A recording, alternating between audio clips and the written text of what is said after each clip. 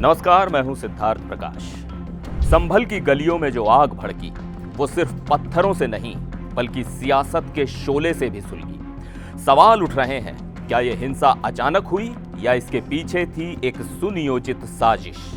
और इन साजिशों की धुरी पर हैं सपा सांसद जियाउर रहमान बर्क, विधायक इकबाल महमूद के बेटे सोहेल इकबाल और शाही मस्जिद के सदर जफर अली। तो आज हम आपको समझाएंगे आखिर संभल हिंसा की कहानी क्या है और पुलिस की थ्योरी में इन बड़े नामों का रोल क्या है। 19 नवंबर को वरिष्ठ वकील विष्णु शंकर जैन ने एक याचिका दायर करते हुए दावा किया कि शाही जामा मस्जिद की जमीन हरिहर मंदिर की है। कोर्ट ने मामले की जांच के लिए सर्वे का आदेश दिया। 24 नवंबर को सुबह 7 बजे सर्वे टीम जामा मस्जिद पहुंची। स्थानीय लोग इसे लेकर पहले से ही गुस्से में थे। इस दौरान अफवाह फैली कि वजू खाने का पानी निकालकर मंदिर के अंदर खुदाई की जा रही है। इस अफवाह ने हालात को और बिगाड़ दिया। भीड़ इकट्ठा हुई और पुलिस पर पत्थर बरसा दिए। हिंसा में 4 लोगों की मौत हुई, मोहम्मद कैफ, बिलाल, नईम और मोहम्मद रोमान। हालात इतने खराब हो गए कि हिंसा में एसडीएम, सीओ और पुलिस के कई लोग घायल हो गए। इस हिंसा में भीड़ ने पुलिस पर जमकर हमला किया। अब पुलिस का आरोप क्या है? पुलिस का कहना है कि यह पूरी हिंसा एक साजिश का हिस्सा थी। सपा सांसद जियाउर रहमान बर्क पर आरोप है कि उन्होंने 22 नवंबर को जुमे की नमाज के बाद मस्जिद में भीड़ इकट्ठा की। बर्क के जामा मस्जिद की हिफाजत वाले बयान ने भीड़ को भड़काया। हालांकि बर्क का कहना है कि घटना वाले दिन वो बेंगलुरु में थे।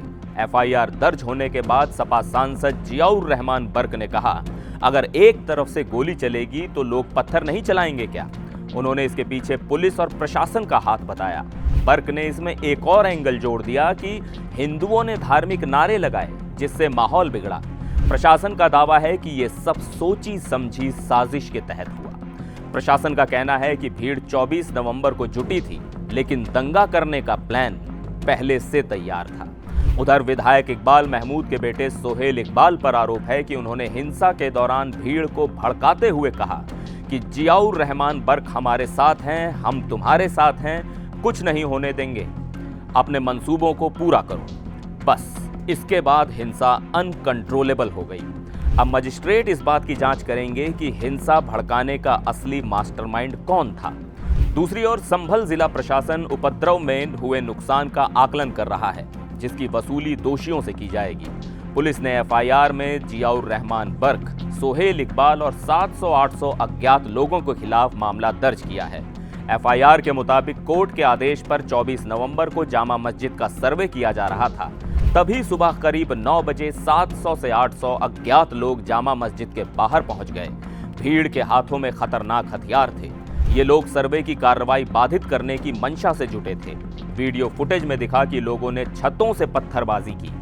यहां तक कि पुलिस कर्मियों की पिस्टल छीनने की कोशिश की गई और पुलिस की गाड़ियों में आग लगा दी गई। 150 से 200 दंगाइयों की भीड़ ने संभल के नखासा चौक पर भी जमकर उत्पात मचाया। सबसे पहले सीसीटीवी कैमरों को तोड़ा। भीड़ ने पत्थरों, डंडे, लाठियों और हॉकी स्टिक से पुलिस पर हमला बोल दिया। इस इलाके में हुए हमले में कई पुलिसकर्मी घायल हो गए। अब बात तीसरे किरदार की। शाही मस्जिद के सदर जफर अली ने इस पूरे विवाद के संदर्भ में कई दावे किए। उनका कहना था कि मस्जिद का हालिया सर्वे अदालत के आदेश पर नहीं बल्कि जिला कलेक्ट्रेट के निर्देश पर किया गया था, जो कि गैरकानूनी था। जफर अली के अनुसार इस घटना की शुरुआत तब हुई जब एसडीएम वंदना मिश्रा और सीओ अनुज कुमार ने वजू टैंक से पानी निकालने की जिद पकड़ी। जफर अली ने यह भी कहा कि एसडीएम ने पानी निकालने के लिए दबाव डाला, जबकि डीएम और एसपी ने इस काम को डंडे से गहराई मापने के तरीके से करने का सुझाव दिया था। पानी निकलते ही लोगों को यह लगा कि बिना पूर्व सूचना के मस्जिद के अंदर खुदाई चल रही है और ये सब गलतफहमी में बदल गया।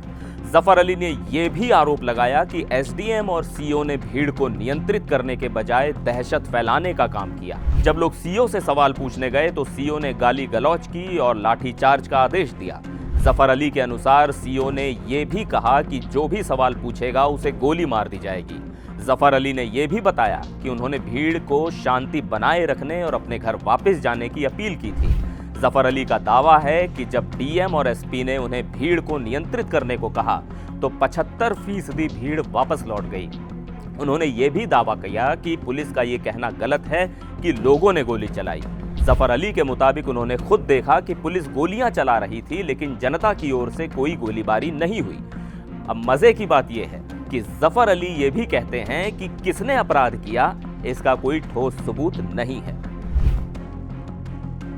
जब जफर अली के आरोपों पर एसपी और डीएम से सवाल किए गए तो उन्होंने अपनी बात रखते हुए एक तरह से जफर अली की बातों का फैक्ट चेक कर डाला। एसपी ने कहा कि जफर अली को न तो हिरासत में लिया गया और न ही गिरफ्तार किया गया। जफर अली अपनी मर्जी से पुलिस स्टेशन आए, अपना बयान दर्ज कराया और फिर वहां से चले गए। एसपी ने यह भी साफ किया कि बंदूक की गोली से 4 लोगों की मौत हुई और पुलिस ये पता कर रही है कि गोली किसने चलाई, लेकिन पुलिस की ओर से कोई फायरिंग नहीं हुई। डीएम ने कहा कि जफर अली का यह बयान गलत है कि उन्हें सर्वे की जानकारी पहले से नहीं दी गई थी। दरअसल 24 नवंबर को कोर्ट का आदेश दोपहर 2:38 पर आया और एसडीएम और सीईओ खुद जफर अली को अदालत के आदेश की कॉपी सौंपने मस्जिद गए थे। डीएम ने यह भी कहा कि उनके पास एडवोकेट कमिश्नर के आदेश की एक प्रति है जिस पर जफर अली के सिग्नेचर हैं। डीएम ने जफर अली के इस आरोप को भी गलत ठहराया कि वजू टैंक को सर्वे के लिए खाली किया गया। उन्होंने बताया कि वजू टैंक को सिर्फ फोटोग्राफी और वीडियोग्राफी के लिए खाली किया गया था और इसे तुरंत ही फिर से भर दिया गया। डीएम ने यह भी कहा कि सुबह 10:30 बजे जब पथराव शुरू हुआ तो उन्होंने जफर अली को हेलमेट पहनाकर भीड़ को शांत करने भेजा, लेकिन जब हमला हुआ तो वो वापस घर भाग गए। डीएम ने यह भी कहा कि जफर अली का यह दावा कि भीड़ ने कोई पथराव नहीं किया भ्रामक है। धार्मिक नारेबाजी के वायरल वीडियो पर डीएम ने स्पष्ट किया कि जब सर्वे टीम सुबह वहां पहुंची तो कोई नारेबाजी नहीं हुई, लेकिन जब टीम लौटने लगी तो पथराव शुरू हो गया और कुछ लोग वापस लौटते समय नारेबाजी करने लगे। डीएम ने जफर अली से सवाल किया कि उन्होंने कहा कि उन्होंने पुलिस को फायरिंग करते देखा, तो मैं उनसे सवाल पूछना चाहता हूं कि क्या वो सर्वे कराने में व्यस्त थे या गोलीबारी देखने में। सर्वे सुबह 10:30 से 10:45 के बीच हो रहा था, जबकि पथराव और हिंसा की घटना 10 से 11 के बीच हुई। फिलहाल संभल पुलिस ने अब तक 25 लोगों को गिरफ्तार कर जेल भेज दिया है। 7 एफआईआर दर्ज हो चुकी हैं। 2750 लोग अज्ञात आरोपियों की लिस्ट में हैं और मजिस्ट्रेट जांच शुरू हो गई है। पुलिस ने साफ कर दिया है कि उपद्रव में हुए नुकसान की भरपाई दोषियों से की जाएगी। अब सवाल यह है कि इस हिंसा के पीछे किसकी साजिश थी? क्या सांसद जियाउर रहमान बर्क और सोहेल इकबाल के भड़काऊ बयान इस हिंसा की जड़ में है?